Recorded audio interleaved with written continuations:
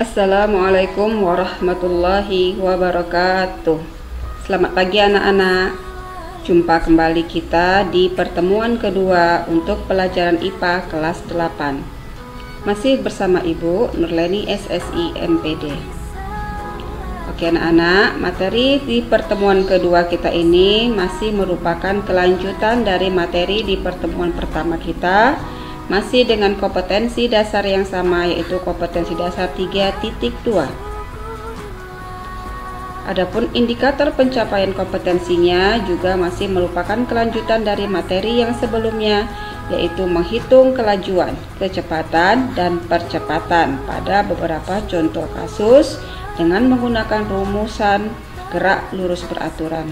Jika pada pertemuan sebelumnya kita sudah membahas tentang apa itu kelajuan dan kecepatan, maka hari ini kita akan melanjutkan apa itu percepatan. Oke. Bayangkan saat melakukan perjalanan dari rumah ke sekolah. Kendaraan yang kamu tumpangin akan bergerak dengan kecepatan yang berubah-ubah tiap waktu. Perhatikan gambar berikut. Ini adalah kondisi di mana mobil sedang berada di traffic light. Nah, mobil yang sedang bergerak apabila menjauhi lampu lalu lintas biasanya akan mempercepat lajunya atau akan menginjak gas, sehingga ini dikatakan dia mengalami dipercepat. Apabila mobil yang sedang bergerak mendekati lampu lalu lintas, biasanya mobil akan mengurangi lajunya dengan cara merem, dan ini mobil dikatakan dia mengalami diperlambat. Nah, jadi percepatan dan perlambatan mobil tersebut dengan mudah dapat diamati dari adanya perubahan besar kelajuan mobil yang ditunjukkan oleh jarum speedometer atau angka yang muncul pada GPS.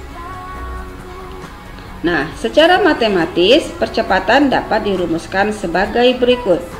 A sama dengan delta V per delta T, dengan delta V itu adalah VT dikurang V0, sedangkan delta T sama dengan TT dikurang T0.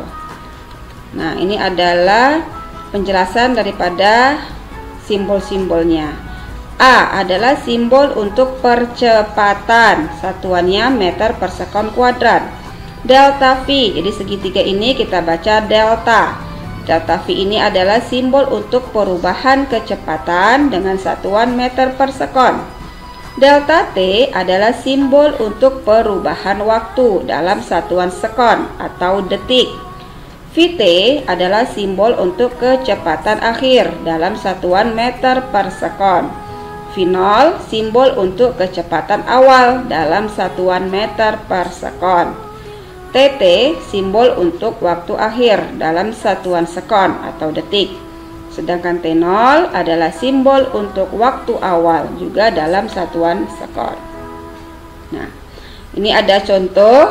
Ayo kita diskusikan. Ini bisa kalian lihat di buku paket kalian halaman 8. Ibu bacakan.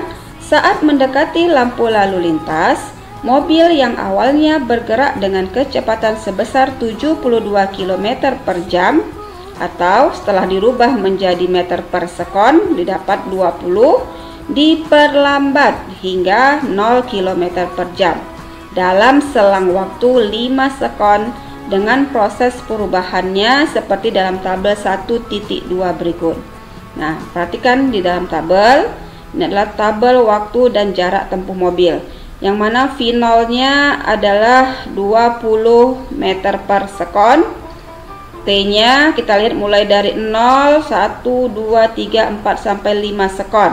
Nah, di sini kita lihat ada mengalami perubahan kecepatannya pada saat 0 detik kecepatannya 20 meter per sekon, saat 1 detik kecepatannya 10 meter per sekon, pada saat 2 detik kecepatannya 12 meter per sekon, pada saat 3 detik 8 meter per sekon, pada saat 4 detik kecepatannya 4 meter per sekon, pada saat detik kelima kita lihat dia kecepatannya 0 atau dalam kondisi diam. Nah, pertanyaannya, Berapakah perubahan kecepatan mobil dalam setiap sekon? Coba diskusikan dengan temanmu. Nah, jadi seperti biasa, setiap ada soal seperti ini, kita buat dulu langkah-langkahnya. Yang pertama, diketahui. Kita bisa lihat dari soal, V0 tadi adalah simbol untuk kecepatan awal, ya. Tadi kita bilang di sini kecepatan awal bergeraknya itu 72 km per jam. Atau dia dirubah ke meter per sekon menjadi 20. Sudah tahu kan bagaimana cara merubah atau mengkonversi satuan seperti ini? Kalau belum tahu atau mungkin lupa, tolong dipelajari kembali. Kemudian VT-nya itu adalah 0 km per jam, jadi dirubah ke meter per sekon juga tetap 0. Sedangkan delta T atau selang waktu adalah 5 sekon. Nah, apa tadi yang ditanyakan? Yang ditanyakan tadi adalah perubahan kecepatan mobil dalam setiap sekon. Nah, kalau sudah diketahui sudah, ditanya sudah, baru kita penyelesaiannya. Nah, berdasarkan data yang terdapat pada tabel 1.2 dapat diketahui bahwa mobil mengalami perlambatan.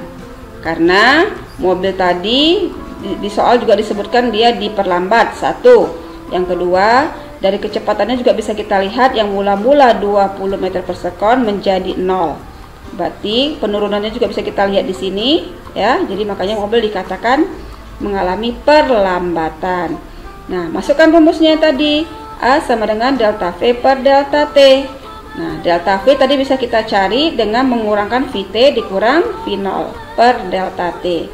Nah, VT tadi kita lihat di atas bernilai 0. Kemudian V0 tadi 20 meter per sekon. Jadi 0 dikurang 20 dibagi 5. 0 dikurang 20 sama dengan minus 20. Dibagi 5 sama dengan minus 4 meter per sekon kuadrat.